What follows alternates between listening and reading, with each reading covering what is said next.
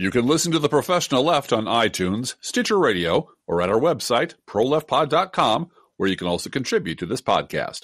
There's a PayPal button at our website, or you can mail us a letter and or contribution at P.O. Box 9133, Springfield, Illinois, 62791. This is the podcast for March 8th, 2019. It's not safe for work. Recorded live from the Cornfield Resistance, where the intellectual dark web is still a punchline, it's The Professional Left with Drift Glass and Blue Gal.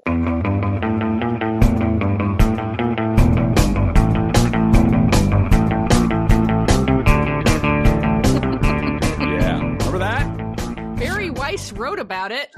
She wrote about it, so it was a thing. And now, it was like David Brooks writing about Jonah Goldberg is going to be the definer of the agenda for conservatism for the next 20 years. It's an agenda-shaping book he's just written, and it just fell off the fucking planet, Oh. Seriously. And by the way, Barry Weiss is very much a punchline in our house, too. So... Yeah. That's pretty much all you have to say. You got to respect it. Somehow at the age of 12, she has clawed herself to the top of the New York Times op-ed page. And I don't know how you do it, but yeah. I'm sure it's just fucking merit. I'm sure it's 100% absolute, pure, undiluted, unalloyed fucking merit. And that's why she's there. That's why David Brooks is there. And that's why they're setting the agenda for our national conversation about every goddamn thing. Speaking of which, we have a new old sponsor. We do. We're welcoming a new old sponsor back to the Professional Left family. Those of you from back in the 70s, right, remember this. It's our good old friends at Heritage Hole, the personal memory revision system. This is not Legacy Box, so Legacy Box don't sue us, which guarantees to preserve your most precious memories intact forever, and it pays big-time podcasters with actual money to advertise their stuff. Instead, Heritage Hole promises to help you misremember your ideologically inconvenient past and burnish your brand new status as an independent, or in this case, a never-Trumper. Heritage Hole will transfer old photos of you screaming your support for the Iraq War and waving around your Purple Heart Band-Aid at the 2004 Republican Convention into cherished family heirlooms, depicting you carrying a No War for Oil sign and handing out hot meals to the poor. Heritage Hole, because Donald Trump never heard of the guy. Yep, I had to remind a few folks this week that CPAC 2008 chanted 4 more years at George W. Bush. I would like to take this moment to go off script and recommend people go to my blog, which is not really fair of me to use one media platform to pimp for the other, because I'd be the only person to do that. It's totally fair. And check out Charlie Sykes ripping me off just basically wholesale. Unbelievable, by the way. Really, truly unbelievable that someone of Charlie Sykes's media exposure would so blatantly steal your shtick. I mean, just flat out steal it. I wrote, and I've been writing for decades, that basically resetting the Republican memory, the conservative memory and the mainstream media memory to just after the last Republican atrocity is what they do. It's how the whole Republican Party holds itself together. They lie about the past. They lie about the past. They lie about the past. It's doublethink. It's 1984 Orwellian doublethink. And the ultimate in doublethink is misremembering, is willfully forgetting your previous acts of willful forgetting. And that's what Charlie Sykes does. And Charlie Sykes just decided that it's a goddamn shame that the Republican Party has reset itself to day zero, which is the beginning of the Donald Trump, because there was a lot of good stuff going on in conservatism before that. But suddenly conservatism was always bad and always terrible because Donald Trump came along to save it. And I'm like, you fucker, you son of a bitch. Yep. And this is a week, 5 days after I wrote a post talking about Republicans resetting themselves to year zero. And it really is just kind of a copy paste, change a few words, change the year to day and day to year. But it's the theory that Republicans always lie about the past. That's how they keep themselves in the media. And everyone around them helps them lie about it. Being used by one of the most profligate liars about his own past to complain about CPAC, where they're lying about the past. And me just sort of standing outside the whole thing going, okay, bro, you guys, I know where this is going to end. I know it's going to work. There's no one in the media to stop them, even though apparently we just recently discovered Fox News sucks, which we'll get to in a minute.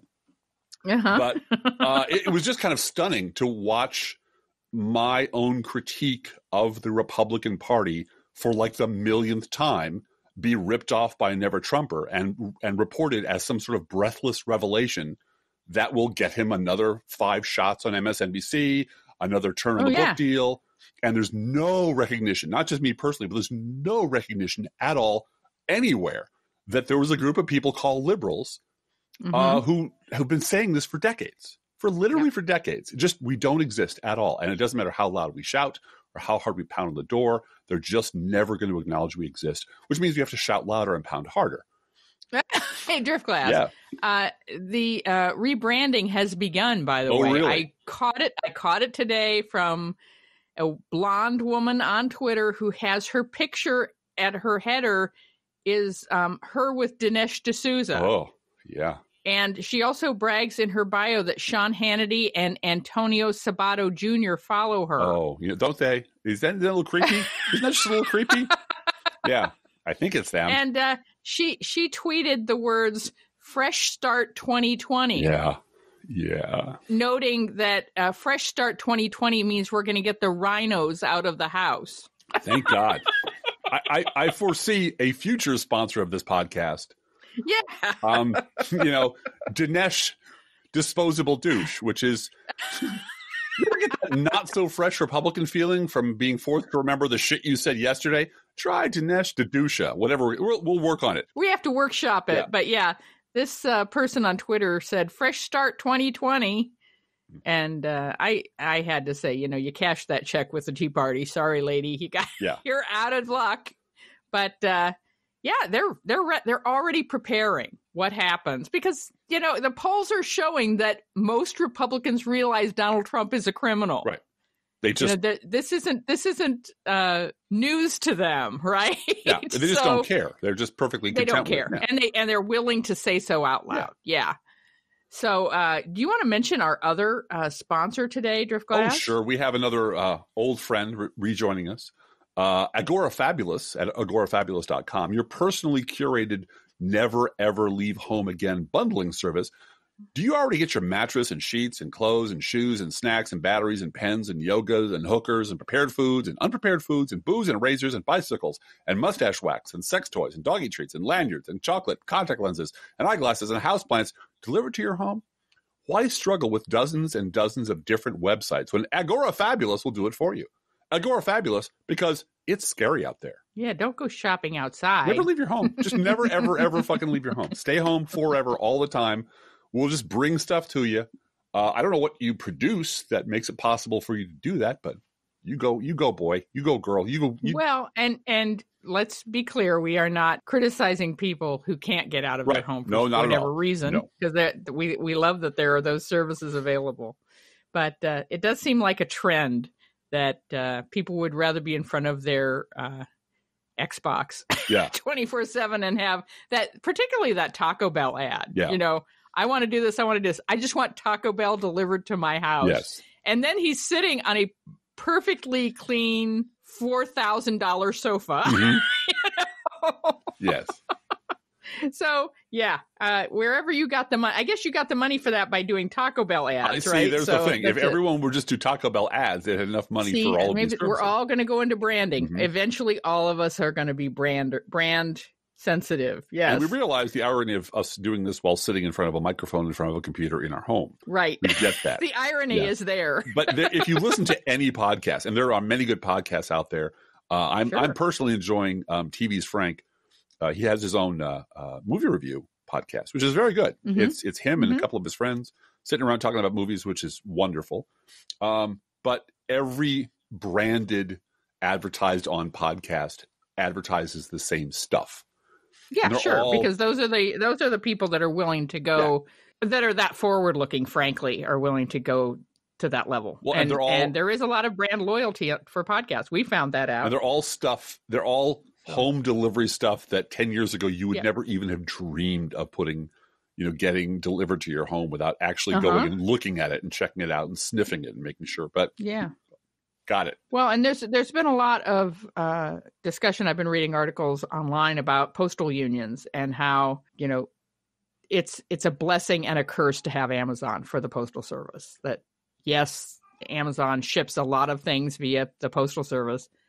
On the other hand, there are Postal Service workers who are working 30 and 40 days without a day off in some areas. And Congress isn't willing to acknowledge that as a problem. So the Postal Service and the IRS are being treated very unfairly by the Congress. Yeah. And we need to be aware of that and support them. These are people in the Congress, the Republicans, who spent the last 2 years working 30 days a year, 28 days of which were hearings on Benghazi and other bullshit things. So, I mean, just as in a broader context, the contempt that Republicans have for working people is staggering. It really is staggering. They give it a lot of lip service. They talk some shit about it. But at the end of the day, Republicans really don't like working people.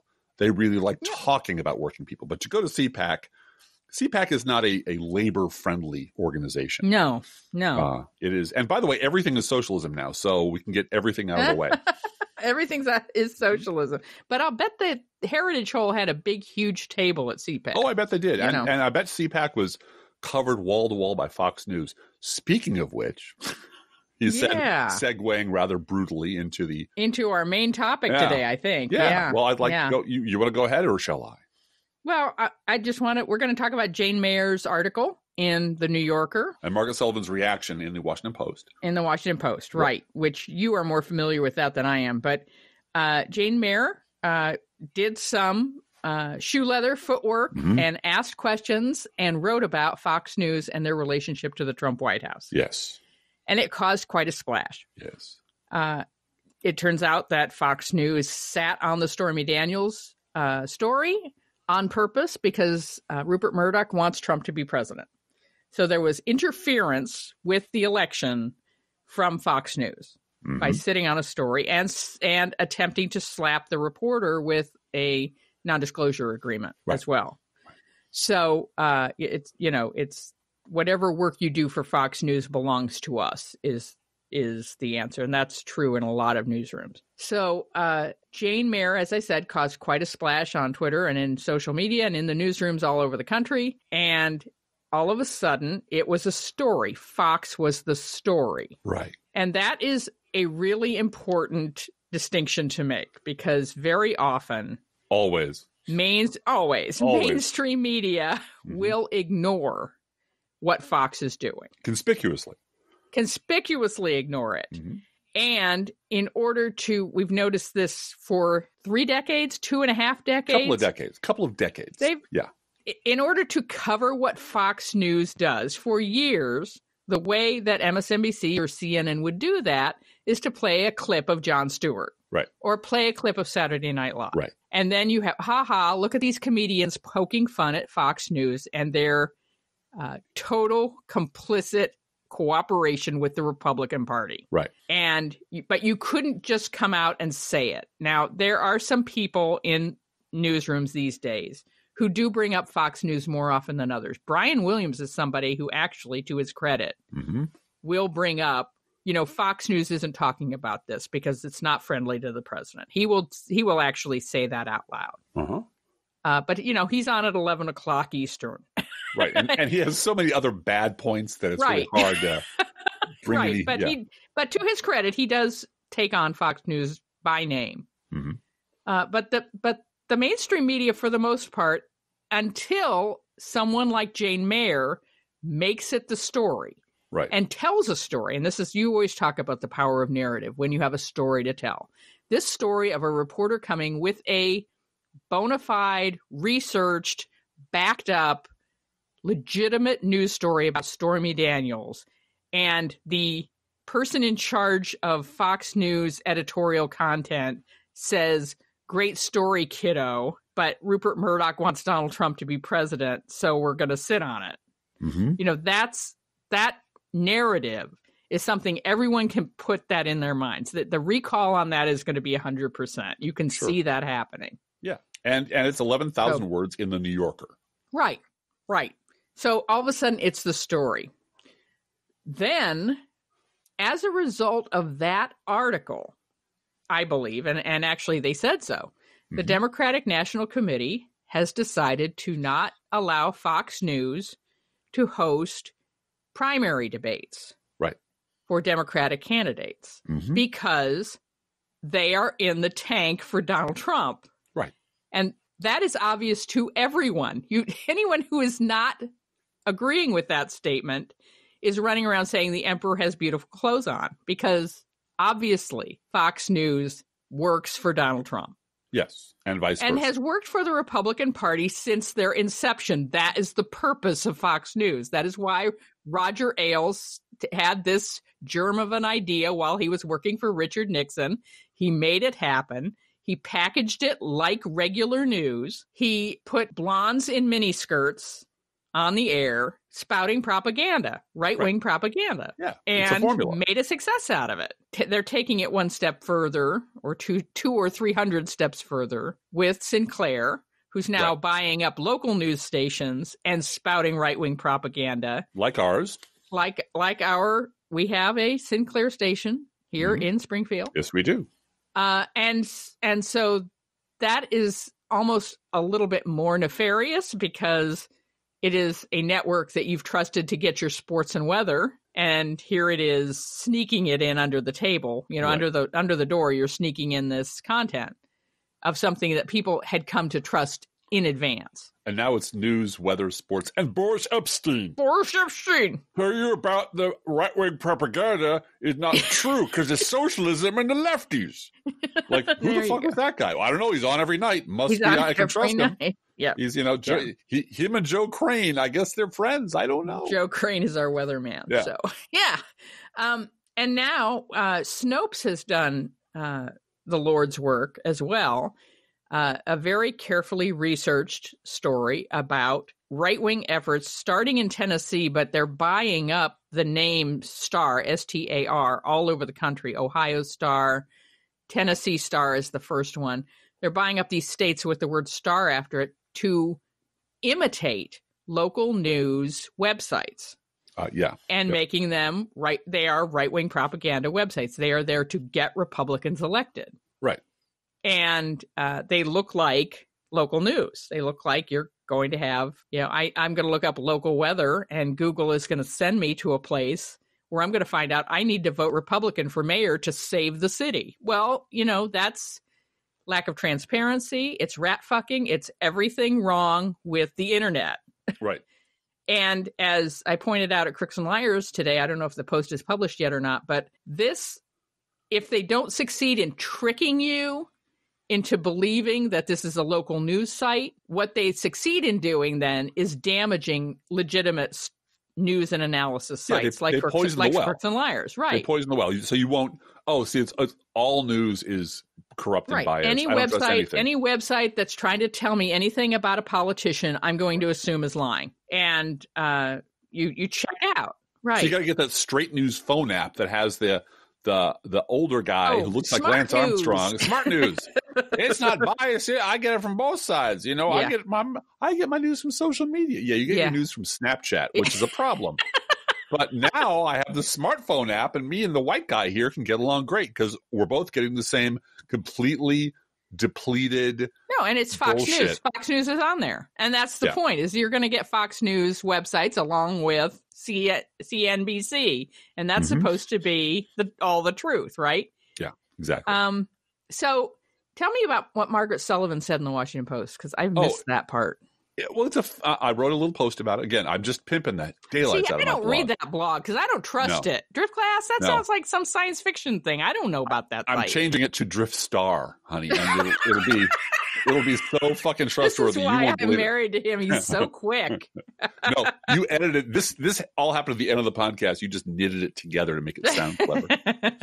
By the way, if you didn't know this, the reason we sound good at all is because my wife is a very, very good sound editor. Thank you, She makes it sound excellent every week. Margaret Sullivan, it's a fine article. You can go read it in the Washington Post. The headline is, "It's high time to take Fox News' destructive role in America seriously." Mm-hmm.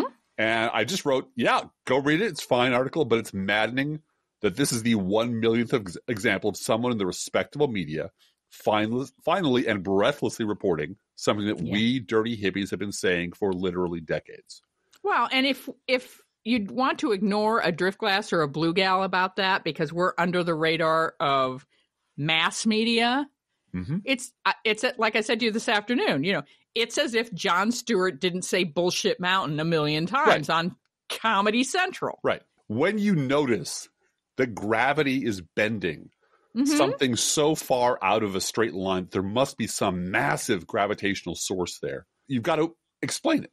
And there is no explanation for why everyone else in the media is terrified of telling the truth about Fox News, who would rather tear their own head off and tell the truth about it than report it as this is and it has been true since, for decades. This is the network that put Ollie North on the air to go out to Iraq and have people say Fox rocks before the invasion of Iraq.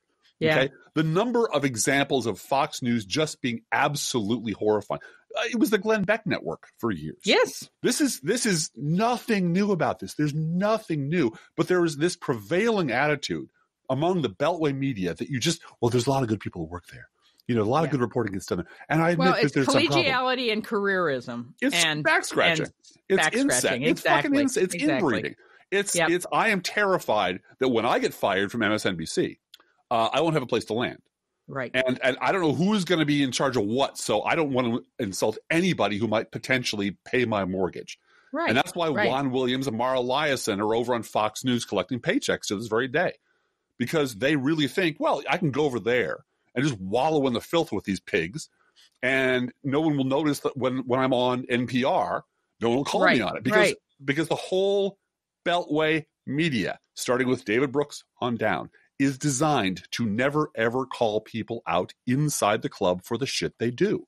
And the people who say, even a little bit, well, isn't it weird that these people said this shit a month ago and reversed themselves and nobody's talking about it? I mean, isn't that conspicuous? Are laughed off or ignored, or the people who actually do reporting, the few I've talked to who do reporting, just shrug their shoulders. Like, well, everyone knows this is how the system works, man. Yeah. If you want to be a reporter, you're going to have to suck a lot of dick and not talk about Roger Ailes. Those are the two rules. Right. And that's how it goes. And okay, got it. I understand that.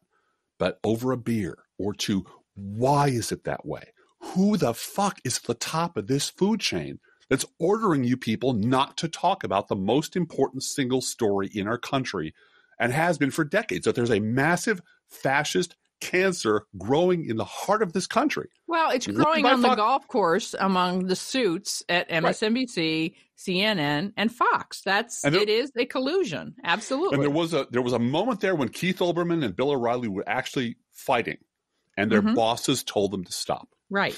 And that was like, oh, the fix is in. Okay, this is just a show. And that's it. And I used to write, as you might recall, Blue Gal, a feature called Sunday Morning Coming Down. Yeah. Where I would stay home and I would watch all the Sunday shows and I'd write them up. And I used to write up Fox News, and I just stopped doing it because it was pointless. The Fox News is a fixed point in the continuum. It is absolutely always going to be a fascist, right-wing, lying shithole full of awful people, period.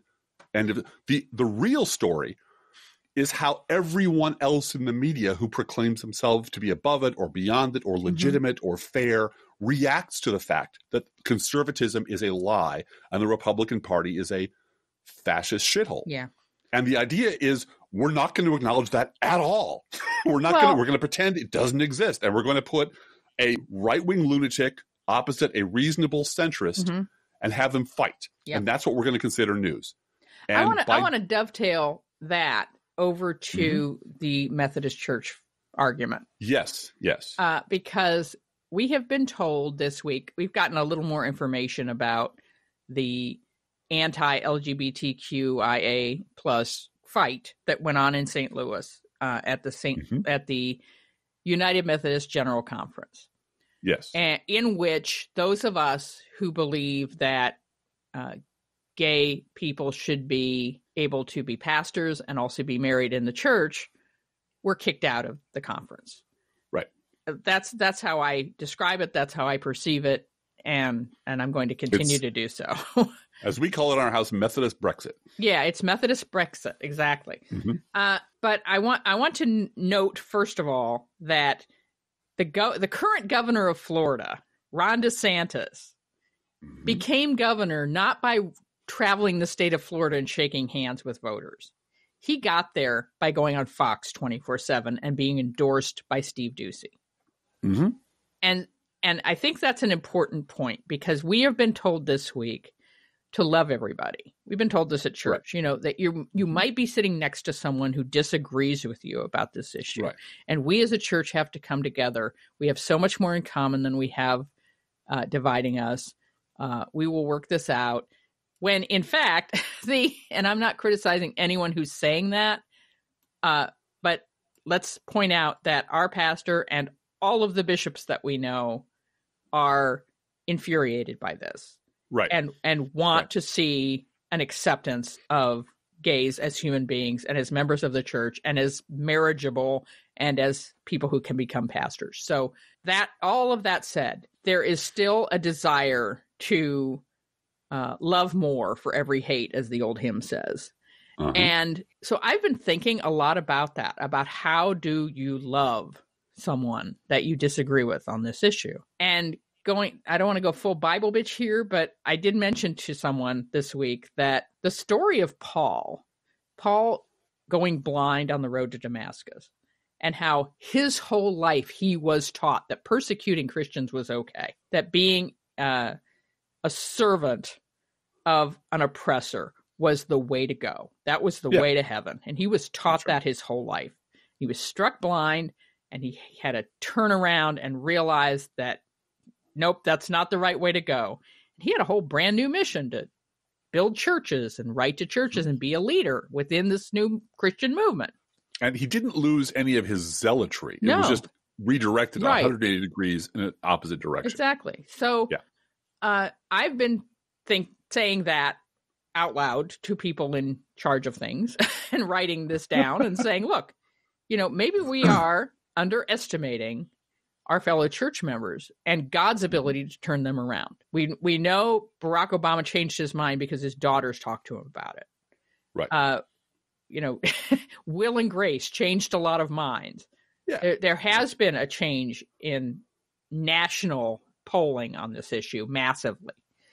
And so I connect that to Fox News and blaming Fox News for corrupting a generation of seniors and making them believe that they're watching Walter Cronkite, they're watching an attractive blonde tell them the truth. Now, granted, there's a remote control on most televisions in this country. Yeah. There's other news to choose from. You don't have to watch that BS all day long. And for some, it is definitely, no, this is what I believe. I am a white supremacist, or I believe this, and I'm going to be devoted to it. But a lot of Fox News is brainwashing. You will only hear this on Fox News. Thank God for Fox News telling you the truth.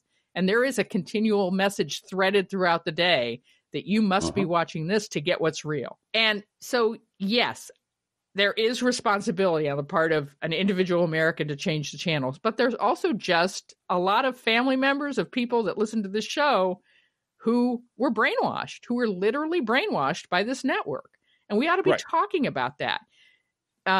Attorney General Bill Barr, who I think is colluding with the Trump administration by taking this job, but he was on TV on a live press conference this morning talking about scams against seniors and how the FBI and law enforcement is really interested in stopping internet scams and phone scams that are taking seniors' wealth away.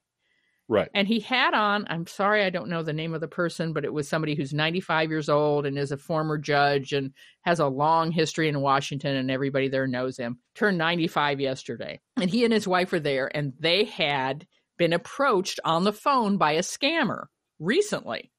And they came on to say, we all have to look out for your parents. Look at what they're doing on the internet. Make sure that they're aware that people are trying to take their money and they shouldn't give out any information on the phone, and trying to sort of inoculate seniors against this kind of stuff, but not mentioning Fox News once.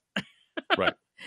And we have to acknowledge that there is a victimization going on here of our seniors, of people who, yes, should know better, but are being brainwashed on a daily basis by an evil network.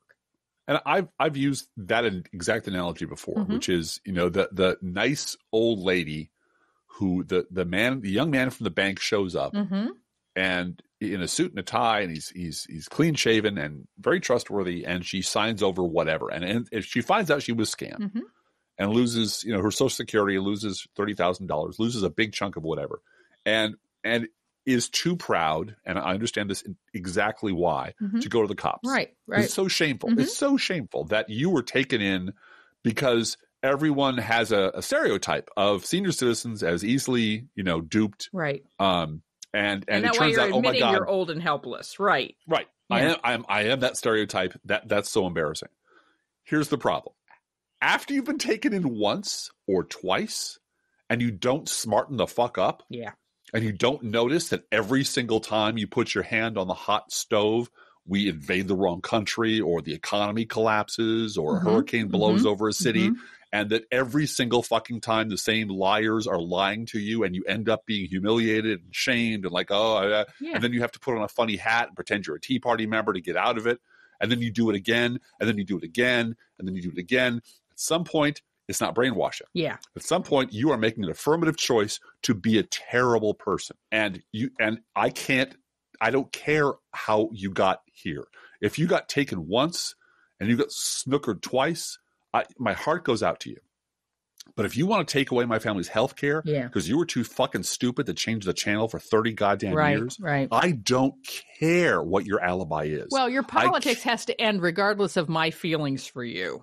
Right. That's absolutely the case. Yeah. You have to be deprived of political power by any means outside of violence I can think of, because you cannot be trusted. Right. And you are marching my country into a fascist future from which there will be no escape, and you know it. And you should be shamed for it to the point that you don't participate in the political process anymore. And the fact that these people get off on fucking over liberals and delight in making, liberal tears, that's the part where we separate from the poor older person, the poor senior who got taken in by a scammer. The people that have the Trump fuck your feelings t-shirt don't get my sympathy. Right. Yeah. Right. Then the scammer comes back to your house and laughs because he went across the street and burned down the immigrant house, and you all share a big old laugh about it, and then you give him more money. Right. That's where we're at. And I really, really don't care for these people at all. And here's the part where we're going to loop it back to the Methodist Brexit. Yeah. As much as these nice people, and they're very nice people, showed up with their hearts open and love and rainbow flags and willing to compromise, that is not enough when the other side shows up, dug in, relentless, and has no interest in compromise. When they tell you to your face, fuck you, we're not going to compromise, we're not going to change a thing, our way or the highway, believe them. This is what Republicans have been telling us since the days of Newt Gingrich. And every 2 years, there's this guy, well, maybe we can find common ground with these people. And they'll sit in your living room and tell you, nope, no common ground. You're evil. You're socialist. You're communist. We want to see you in tears and driven from our country. CPAC 2019 had a panel discussing the deficit.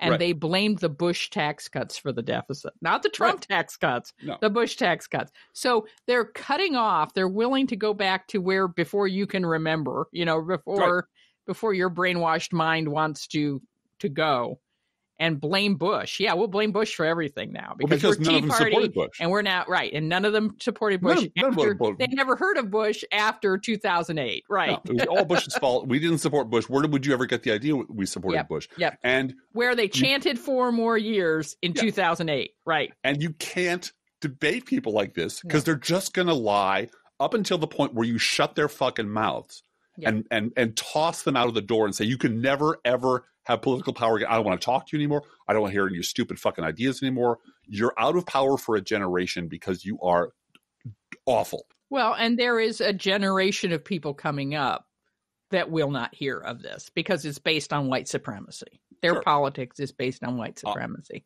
And yet, here we have, at some point in the future, this will all be true. But right now it's not. And there is a wonderful article by Brad DeLong, which I also wrote up this week, in which my post is entitled "The Left Was Right About the Right All Along." And Brad DeLong going, you know what? And he says the thing that I wanted him to say. This is a centrist Democrat. This is a Clinton Democrat saying, you know what? The left was right all along. The lefties were right. We thought politics was different. We thought we could triangulate Barack Obama. And may I give you a direct quote? Sure. Barack Obama rolls into office with Mitt Romney's healthcare policy, with John McCain's climate policy, with Bill Clinton's tax policy, and George H.W. Bush's foreign policy. And did George H.W. Bush, did Mitt Romney, did John McCain say a single good word about anything Barack Obama ever did over the course of 8 solid years? No, they fucking did not. Yep. This is the central problem. Yep. You cannot compromise with these people. You can only destroy them. You must burn the Republican Party to the ground. They are the problem. Well, Period, and let's get back to Methodist Brexit for 1 minute, because Sure. this is the background that we heard this week that we still haven't talked about. In St. Louis at the General Conference, the left, and which are mostly non-Southern American churches, showed up organized with rainbow flags, heart stickers, openness to compromise, hoping to keep the African churches that were where the concern was, if we adopt pro-gay policies, we may be arrested or jailed or tortured or whatever, Right. Because we live in, dictatorships where this could be a problem. Having it be up to the individual churches, do all kinds of compromising things to make sure that those people in their home countries are not asked to put their lives on the line for anything. And we came with openness and a willingness to talk and a willingness to work it out. The right, including those African churches, came organized with numbers, having whipped their votes, having figured out that what this was about was power. Right. And they won by 40-some votes. Right. They came to They were fight ready. and they came to win. They didn't come to compromise. They came to win. And now we have discovered by talking to people who were actually in St. Louis that what this General Conference vote did, and this is stuff you will not hear in the headlines that Associated Press will not write about, but this now is a referral to something called the Judiciary Council or Judiciary Committee or whatever. Yeah. And it's a lot like Brexit in that regard, in that, there's this vote and it's supposed to be respected because it's the vote of the people, quote unquote. It's turning out in our particular case, in the United Methodist Church's particular case, that we have a constitution, we have a book of discipline, and it may be that this vote, the items, there are several items in this declaration that are quote unquote unconstitutional to the United Methodist Church. Well, and the irony is that the good-hearted, open-hearted, compromising people said, "Well, let's divide the vote up. Let's take all the pieces apart and vote on each section." And so they that said we can, no. They said no, everything or nothing, all or nothing. They were ready. Yeah, Again, they were ready had their for votes that. whipped. They showed up ready for a fight, and they didn't show up with and they threw with flower out every petals and love. compromise. They said we're not going to vote on either of the other two options. No, nothing. Yep. Nothing. You get nothing. Everything. We want to nothing. vote on the traditional plan, and that's what we're going to vote on. We want the whole thing in one vote, and that's how we're going to do it. And they may won have screwed every themselves procedural vote to get there, right? Because they were prepared. Yeah. Yep. And not saying the other side wasn't prepared. They weren't prepared to deal with a intractable opposition. Right. They were not prepared to deal with someone who is going to say, nope, we're going to do it this way and not listen and not and not concede a single point. They weren't prepared for Mitch McConnell. Right. No, they were not. That completely knocked them off their game because that's not the way it's supposed to be. That's not the way Christians are supposed to treat each other, right? And then they showed up and Mitch McConnell was running the show. And that's what Barack Obama was unprepared for. But that might have screwed them because the bill, essentially the ordinance they passed, the rule they passed, has in it things that might violate the church's constitution. Right. And therefore might be rendered moot, in which case the whole thing would have to be voted all over again. Well, and the whole thing is going to have to be voted all over again in 2020 with brand new people. Right. And so the delegates, you have to run for delegate for 2020. So it's a whole ball of wax. But in the meantime, what the United Methodist Church is dealing with are headlines that say we hate gays. Right. And we deserve that. Right. The United Methodist Church deserves that because we put up with this crap. Well, so and we've there's there's a rebel alliance, I assure you, and Mm-hmm. we're part of it. Oh yeah. Who we sit and we talk, and this is our problem. We are culpable. Yeah. This is on us. Yep. And it's on us to fix it, because if this had been about African Americans, nobody would have tolerated it. Right. No. Well, but and now the it's African about, church wouldn't have tolerated it either. Right. But that's the point, is that nobody sees beyond their own, people are not seeing beyond their own little bubble to realize that, no, this is like Paul, you've been taught this your whole life, that being gay is a sin. And so, of course, it's the right thing. And you deserve to be struck blind until you get it right. Anyway, we are working this out as a couple who are members of this church.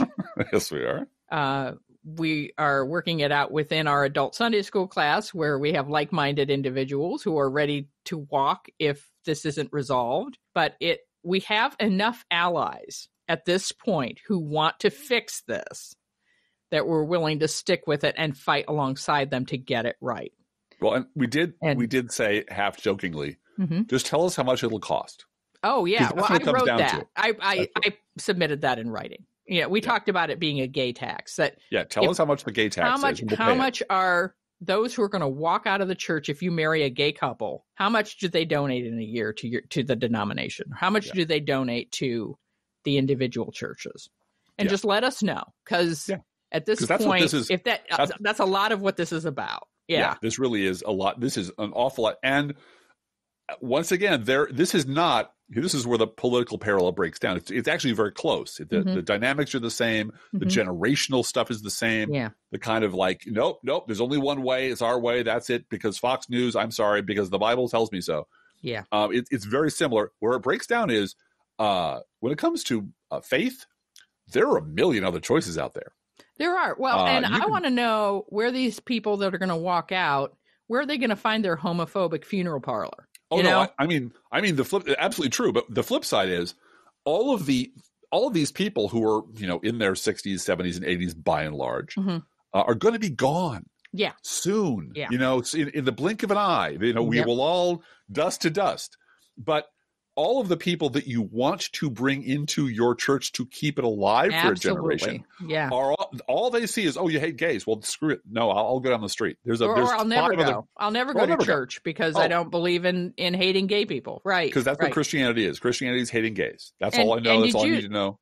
I was glad to see when you and I went. We're recording this on Thursday, but we went to Ash Wednesday service last night at our local United Methodist Church. I was happy to see the number of gay people that were there. Were you? Yeah, I was too. We were glad to see our gay allies there. And they know who's on their side. Yeah, but they can't stay. If this church comes none of down us are going to stay. Right. No. If this isn't fixed. And there's a lovely gay couple a block and a half from here, 2 blocks from here that I know, and I invited. And the first question was, how does your church feel about people like us? And I said, well, it's complicated. And you have to it's complicated, and it shouldn't be complicated. And that's end of conversation. If you have to tell me that there's a special door for people like me to come in, and here's the thing you have to do to get away with it. I mean, and we know this with our own kids. Our kids are 20 and younger, and middle child went to church with us last night, and she was saying, this but stuff isn't going to work. And we said to her, you're absolutely right. We know that. And they're on a timer to get this right. Yeah. And this is where now we can sort of dovetail back to politics. I think this is where the ideas of Bernie Sanders have now taken hold in the Democratic Party to the point where if we don't seriously address, if we don't swing for the fences this election, all those same people are going to walk out the door, and rightly so. If we settle for, I don't want to get. When you say we, you mean the Democratic Party? Yeah. If we go down, this happened this week. I will say this with the following proviso: whoever the Democratic Party nominates for president, I will vote for them. I will raise money for them. I will door knock for them. I will do whatever's necessary to get that person elected. I don't care who they are. Don't care. I have preferences as to who it is, but at the end of the day, that's who I'm going to vote for, and that's who I'll throw my support behind. But when I hear John Hickenlooper, who announced this week that he's going to run for president, say, well, what I'll do is sit down with Mitch McConnell and work this stuff out. Like, no, man, what? Have you ever been to Washington? Have you ever met Mitch McConnell? Have you been paying any fucking attention to what's going on? It's like, no, this is not 1992. Yeah. Triangulating and talking about how we're going to work across the aisle doesn't fucking work anymore. And all the people in your party that you really got to have, not to win this election, but to win the next 10 elections, know it. They know Fox News is a propaganda shithole. They know climate change is real. They know that Medicare for all in some form or fashion has to be at the top of your agenda. Right. And if you're telling them, yeah, but you got to understand, old people like me don't understand, you're going to lose them. Yep. And you're going to deserve to lose them. You deserve it. And then we're going to have Republicans for the next 4, 5, 6 election cycles just running the board. Yep. Because the people even if you win, we lose. Right. So anyway. I wanted to talk for a minute about Lent and discipline and so forth, and just point out how we as Democrats and we as progressives are in a perpetual Lent right now. We're giving up a lot. Lent is a time when you traditionally you give something up, right? You give up meat on Fridays, or you give up sweets, and I've been reading a couple of books about spiritual discipline and how Lent shouldn't be like going on a diet, that Lent shouldn't be about making some little tiny change that we really don't miss and you really don't care about, but you're just going to change just a little bit because then God will be happy with you, or the church will be happy with you. That it really is about, Lent particularly is about getting closer to God.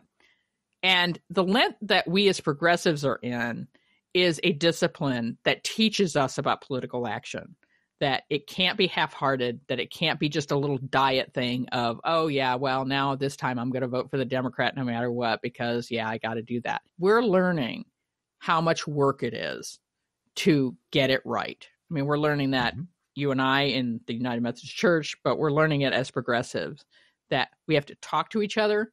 We have to be active. It's everything Spike Lee said at the Oscars, right? Yes, the racist rant he did against Donald Trump. Racist against Donald Trump, right. Yeah. Got to do postcards to voters. You got to make phone calls. You got to knock on doors. You got to talk to people on the internet. You've got to go on Facebook, God forbid, and make your opinion known. And you've got to do whatever it takes to get people that agree with you, that share your values into office. And that discipline is going to serve us beyond Donald Trump. Yeah. And I am grateful for the discipline of the Democratic Party saying, no, we're not going to go on Fox News. And Perez has the base of the Democratic Party behind him on that.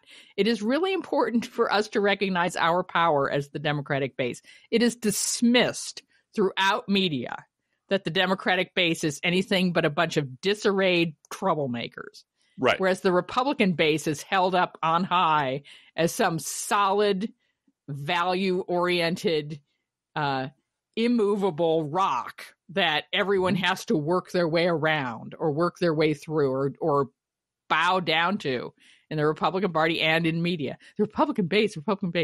To her credit, Allison Camerota yesterday had on a panel of Democratic voters who didn't look at all in disarray. They were well dressed. No, they were wearing nice clothes, and they were talking about values and being honest. And one of the women there said, "Look, I was not for Nancy Pelosi last November. I did not. I was kind of over her, and now I realize she was the right person for the right time because she is standing up to Donald Trump on the wall." And everyone agreed with her on that. Everyone on the panel agreed with her on that. Standing up to Donald Trump on the immoral wall is really important to Democratic base voters. They went on, they talked about the value of standing for your values and impeaching Donald Trump because he's a criminal, as opposed to voting him out of office, and what the difference is between those. They understand that. And then when they were asked about Alexandria Ocasio-Cortez, as Allison Camerota said after the segment, she said, they exploded. They were sort of sitting there behaving themselves, and all of a sudden there's just all of this enthusiasm for this smart Latina who knows what she's talking about and shares their values. Yep. And John Berman said, and AOC is kind of beat up on the right and is their he didn't say bête noire, but he said, she's the one that they're going after every day. And she's the new Nancy Pelosi. It does. Yeah. She's the new Nancy Pelosi. That's exactly what he said. And right. And he said, and that doesn't faze them at all. They're not afraid of that at all. Right. I said, damn right. That's what drives them crazy is AOC is not afraid of them. Go ahead. And all of them are. That's the thing. Yeah. Almost everyone you see in the media, certainly on the networks and the more pathetic talk shows, are terrified of being dragged by the right, are just live in dread. Yeah. Chuck Todd lives in terror of his boss calling him in and saying you're being too liberal. For being too liberal. Don't you understand? We're in the business of selling dick pills here, and you don't sell dick pills by being liberal. Yeah. And the people who are coming up from the bottom don't care, right? Are completely unafraid of that. And, they're not running like Bill Clinton did to find the fucking center. Right. Groping around trying to find another liberal value they can throw under the bus to appease the right long enough to get them something that they want. They also don't need cable news to reach their audience. They're very much like Donald Trump in that respect. Yes, they are. And they're better at it. Yeah, they're better at it than he is. Yeah. They don't come across sounding like a loon.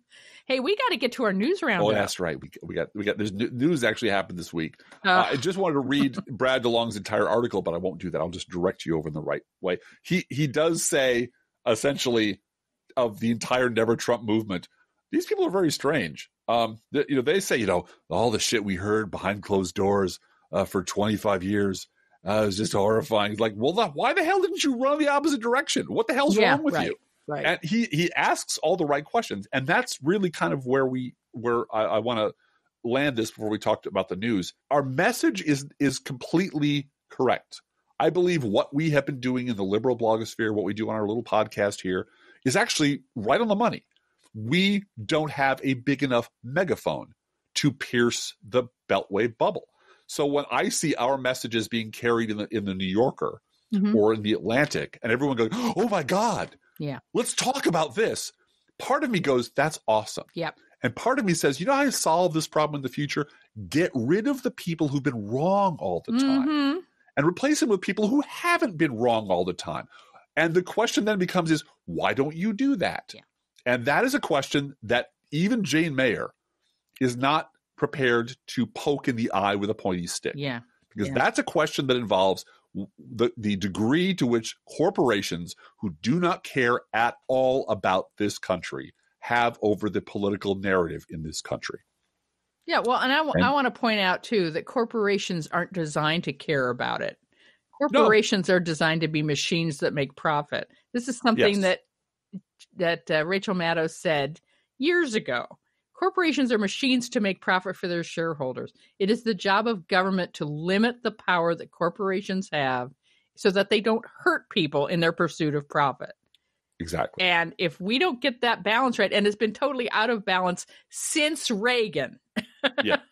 If Absolutely. we don't fix that, and that's the adjustment that needs to be made. We need to put things back in balance so that corporations don't run the whole show. This is what is wrong with our society today. It is run by profit machines. In actual balance, not some false both sides. No.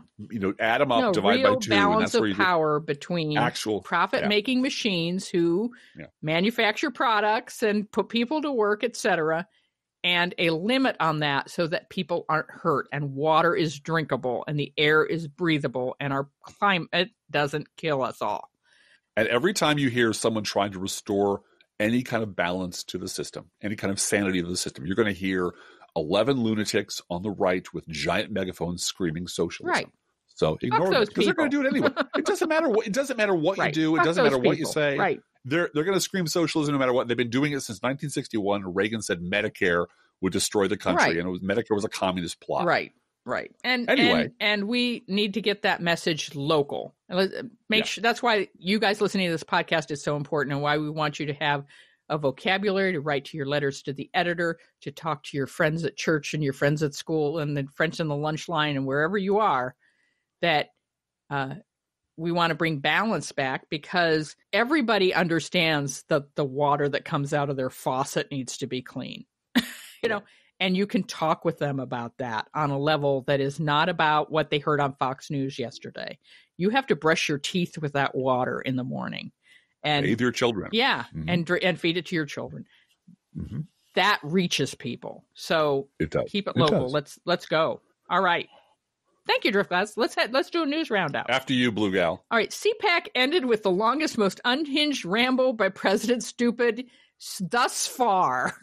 Yeah, it was kind of epic. Yeah. It was something to see. And on that topic, Donald Trump has made 9,014 false or misleading statements, what we call lies, over the last 773 days. He averaged nearly 5.9 lies per day during his first year in office and has hit nearly 16.5 lies in his second year. In 2019, he's averaging 22 lies per day. Yeah. So he's the fucking Ty Cobb of lies. He's outside of the normal parameters of all other liars in politics. And his base love him for it. Ohio Senator Sherrod Brown is not running for president for all the right reasons, and we love Sherrod and applaud him for his decision. And he's going to be a great senator for many, many years. We love his wife more, honestly. We do. Well, everybody loves the wife more. Leaked documents show the U.S. government maintains a secret database of activists, journalists, and social media influencers. If this sounds very J. Edgar Hoover-ish, yeah, it is. With ties to the 2018 migrant caravan. Also, ICE has been keeping tabs on a series of left-leaning and anti-Trump protests in New York, which should just creep the shit out of you. We mentioned before the DNC will not allow Fox News to broadcast any of its 2020 presidential primary debates. And they're not going to back down on that because the Democratic base won't let them. UN embassy staffers in Riyadh say that Jared Kushner shut them completely out of the Saudi meetings. He goes in, talks to murderers, talks to dictators, and won't tell the embassy what they talked about. Well, because he won't get a loan otherwise. Let's face it. Yeah. Exactly. Poor Jared. The quid pro quo, I will sell you secrets for a loan, doesn't happen if the embassy staff is there. All right. Rudy Giuliani said attorneys for several people facing scrutiny from the Justice Department's investigations into the Trump campaign and administration have reached out to him about presidential pardons for their clients. Yeah. Donald Trump ordered John Kelly to grant Jared Kushner a top secret security clearance last year, and he overruled his own intelligence professionals and the White House's top lawyer to do so. That should put him behind bars. Period. Any other president in history, we're not going to do this, Hillary did it or Obama did it. Any other president in history breaks the national security rules of the country to give his dopey, corrupt son-in-law top security clearance so that he can sell American secrets to his money guys overseas. That whole family would be still doing time in the Gray Bar Hotel. But again, his base loves him. You know, the brainwashed meatheads on the right love this guy. So none of this is going to budge until we push these people out of power.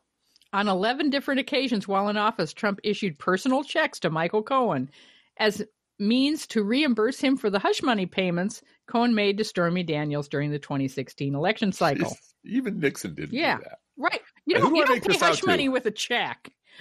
No.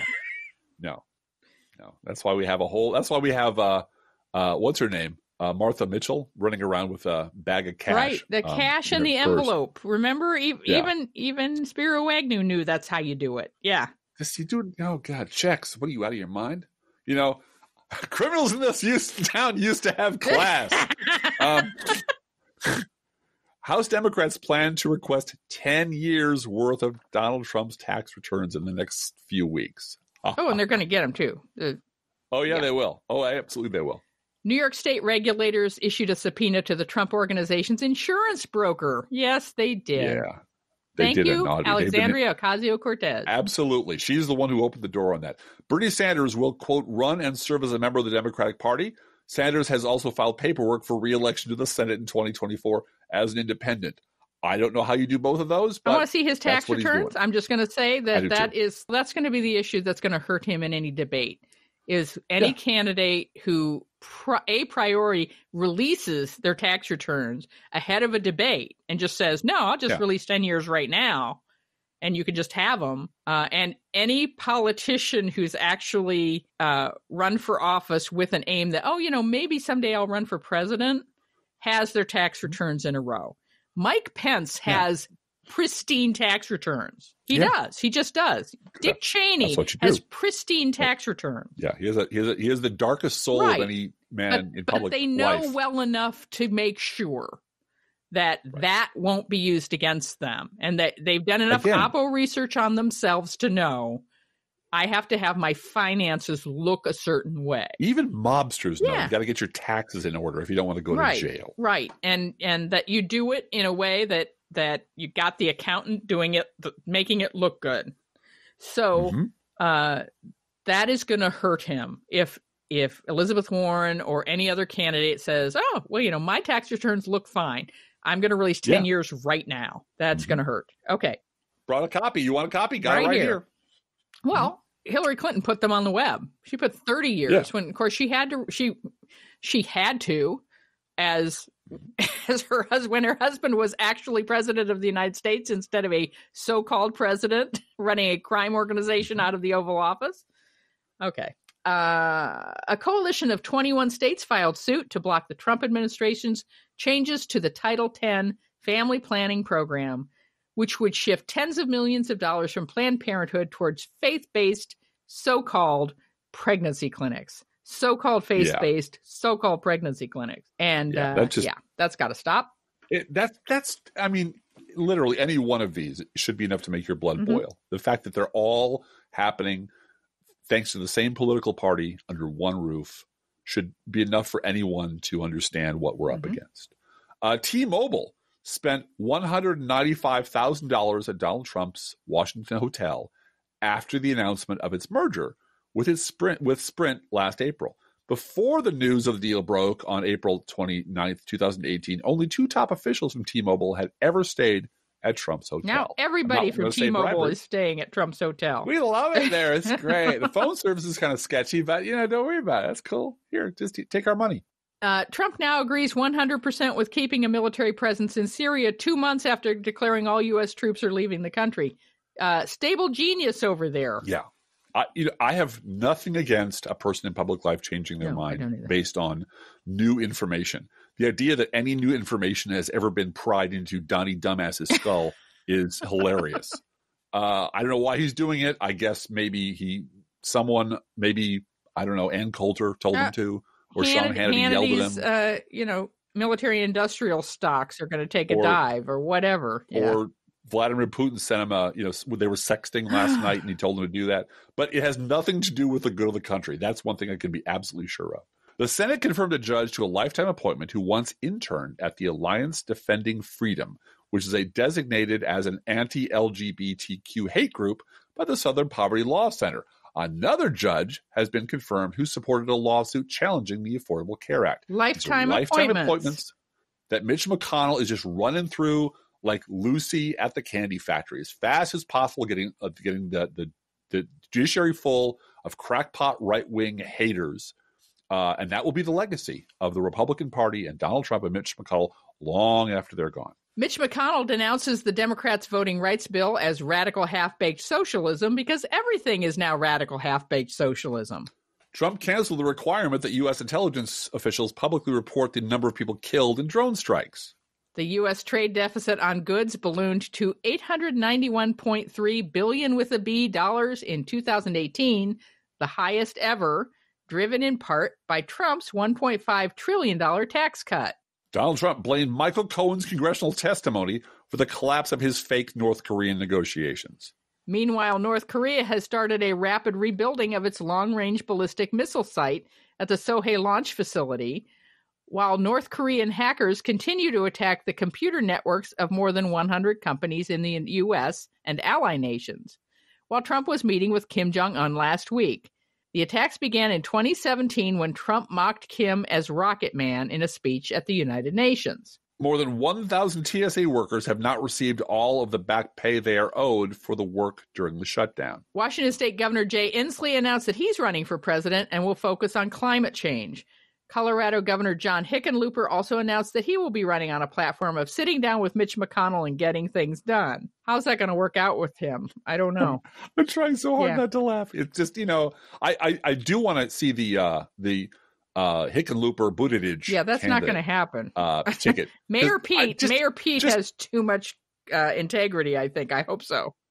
No. Just for phonetic reasons. To fit it on a bumper sticker? Hickalooperbuttadidge. Go ahead and say it over and over again. It feels good in your mouth. Each week we post to our Facebook page and website an Internet Kitty sent in by you, the listeners. This week's Internet Kitty is Asia Floof. And Asia's human writes to us and says, I hope this email finds you very well and cozy and warm. Attached, you will find a picture of our sweet Asia sunning herself. We like to listen to you together before she gets fed on Saturday mornings, which I don't think she fully appreciates. But your voices are very much needed, and we thank you for your work to make sense of things. Well, you're very welcome. And Asia Floof is fluffy, so go and check her out at our Facebook page and website. You can send your Internet Kitty to us at our email address, proleftpodcast@gmail.com, where you can also write to both of us. Feel free to write us. We love hearing from you. Be aware that if you write us at any of our addresses, we reserve the right to read your email or U.S. Postal Service. Go Postal Unions. Letter on the air unless you say otherwise. Don't forget our gourmet coffee guideline. If you can afford to buy an espresso-based beverage for yourself, buy one for us. This is not charity. This is our job. Approximately 1% of our listeners support this podcast with a contribution, and you can too. See our website, proleftpod.com, for details. We've got PayPal, Patreon, all kinds of ways you can support the show. We've got swag. You can get a Both Sides Don't t-shirt. There's all kinds of good stuff over there. The website is proleftpod.com. Please share our show on social media, and thank you so much for doing that. Hey, Driftglass, how are the Internet Kitties doing this week? You know, Blue Gal, the Internet Kitties have given up caring about Michael Bloomberg for Lent. Let's think about living. Think about living. Let's think about loving. Think about loving. Let's think about the hooping and the hopping and the bopping and the loving, lovey-dovey. Let's forget about the whine and the crying, the shooting and the dying, and the fellow with a switchblade knife. Let's think about living. Let's think about life. Professional Left podcast is recorded under a Creative Commons license. Copyright 2018 DG